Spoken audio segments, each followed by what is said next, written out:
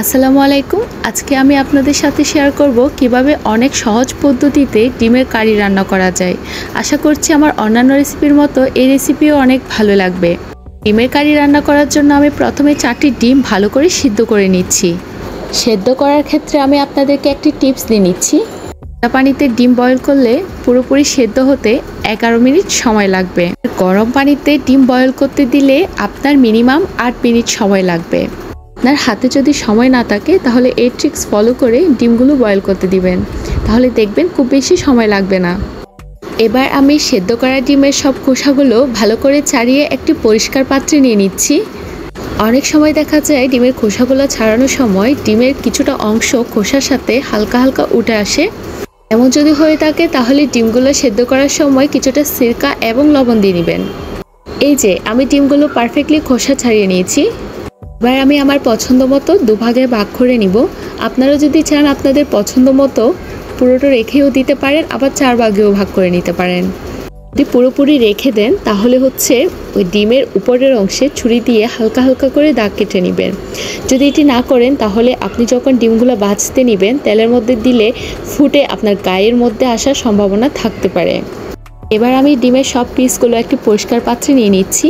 এখন আমি একটি ফ্রাই প্যানে তেল ভালো করে গরম করে নিব। তেলগুলো গরম হয়ে আসলে আমি এক এক করে সব ডিমের পিসগুলো দিয়ে দিব। আপনারা একটা জিনিস খেয়াল রাখবেন, ডিম যখন তেলের মধ্যে দিবেন প্রথমে ডিমের কুসুমটা নিচের দিকে দিবেন। আমার প্রথমে একটি ভুল হয়ে গিয়েছে, আমি দেওয়ার সময় এটা খেয়াল করিনি। এটা দেওয়ার কারণ হচ্ছে ডিমগুলো যখন কুসুমটা উল্টো পাশ করে ফার্স্টেই দিবেন তাহলে কুসুমগুলো বের হয়ে আসবে না। এবার আমি ডিমের পিসগুলো এপাশ ওপাশ করে ভালো করে ভেজে নিচ্ছি। আচ্ছা, আমি আপনাদেরকে এখানে একটা কথা বলে রাখছি, আমি যখন তেল দিয়েছি আপনি ভিডিও দেখলে বুঝতে পারবেন। তেল দেওয়ার পরে আমি হাফ চামচের মতো গোলমরিচের গুঁড়ো দিয়ে নিয়েছি। গোলমরিচের গুঁড়ো দিলে ডিমের কালারটা একটু ভালো আসে এবং খুব সুন্দর একটা ফ্লেভারও আসে।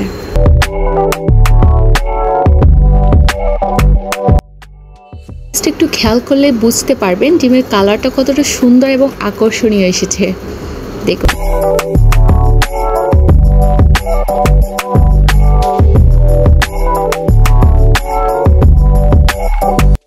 এবার বেছে নেওয়ার পর আমি এক এক করে সব ডিমের পিসগুলো একটি পরিষ্কার প্লেটের মধ্যে তুলে নিচ্ছি।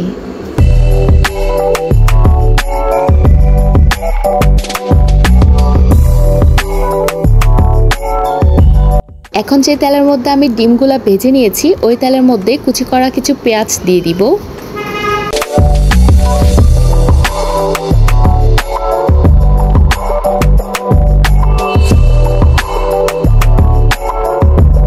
পেঁয়াজগুলো হালকা করে ভেজে নেওয়ার পর আমি এখানে অ্যাড করব কিছু টমেটো কুচি। আপনাদের ইচ্ছে হলে টমেটো কুচি বাড়িয়ে দিতে পারেন। এখানে আমি টমেটো সস অ্যাড করব, যার কারণে আমি টমেটো কুচিটা কম করে ইউজ করেছি। এখন আমি এখানে দিয়েছি আদা রসুনের পেস্ট, টমেটো সস এবং একটু করে টক দই। এখানে আপনারা চাইলে মিষ্টি দইও ব্যবহার করতে পারেন। এখানে আমি এখন কয়েকটি কাঁচামরিচও দিয়ে দিয়েছি। এখন আমি কিছু মশলা অ্যাড করব, এগুলো আপনাদের কিচেনে সবসময়ই থাকে। আমি দিয়েছি হলুদের গুঁড়ো দিয়ে ভালো করে নেড়ে ছেড়ে দিচ্ছি। এবার আমি মশলাগুলো কষানোর জন্য পরিমাণ মতো পানি দিয়ে নিচ্ছি। এখন দিয়ে দিব 1 চা চামচের মতো মরিচের গুঁড়ো, তারপর দিয়ে দিব ধনে ও জিরার গুঁড়া। এখন আমি সব মশলাগুলো ভালো করে কষিয়ে নিচ্ছি।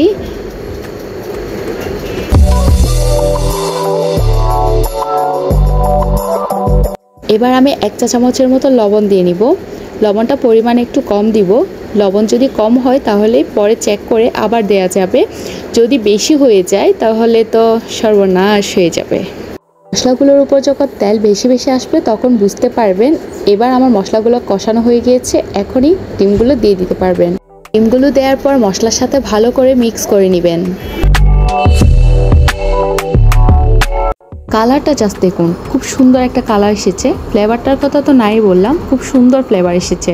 আপনারা বাসায় ট্রাই করলে বুঝতে পারবেন। এখন আমি এখানে পানি অ্যাড করে দিব।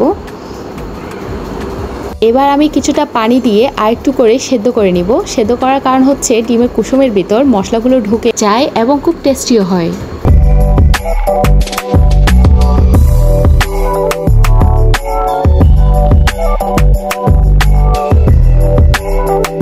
ডিমের কারিগুলো রেডি। এখন আমি একটা প্লেটের মধ্যে তুলে নিব। এগুলা জাস্ট গরম গরম খিচুড়ির সাথে, গরম ভাতের সাথে সার্ভ করে দেখবেন, খুবই খুবই মজা লাগবে। আমার এই রেসিপি অবশ্যই বাসায় ট্রাই করে দেখবেন, আশা করছি আপনাদের অনেক ভালো লাগবে। আর হ্যাঁ, আমার রেসিপি যখন পুরোটা দেখে ফেলেছেন তাহলে অবশ্যই আপনার ভালোই লেগেছে। যদি ভালোই লেগে থাকে তাহলে আমার চ্যানেলটা একটু সাবস্ক্রাইব করে দিবেন, লাইক শেয়ার কমেন্ট করে পাশে থাকবেন। Thank you.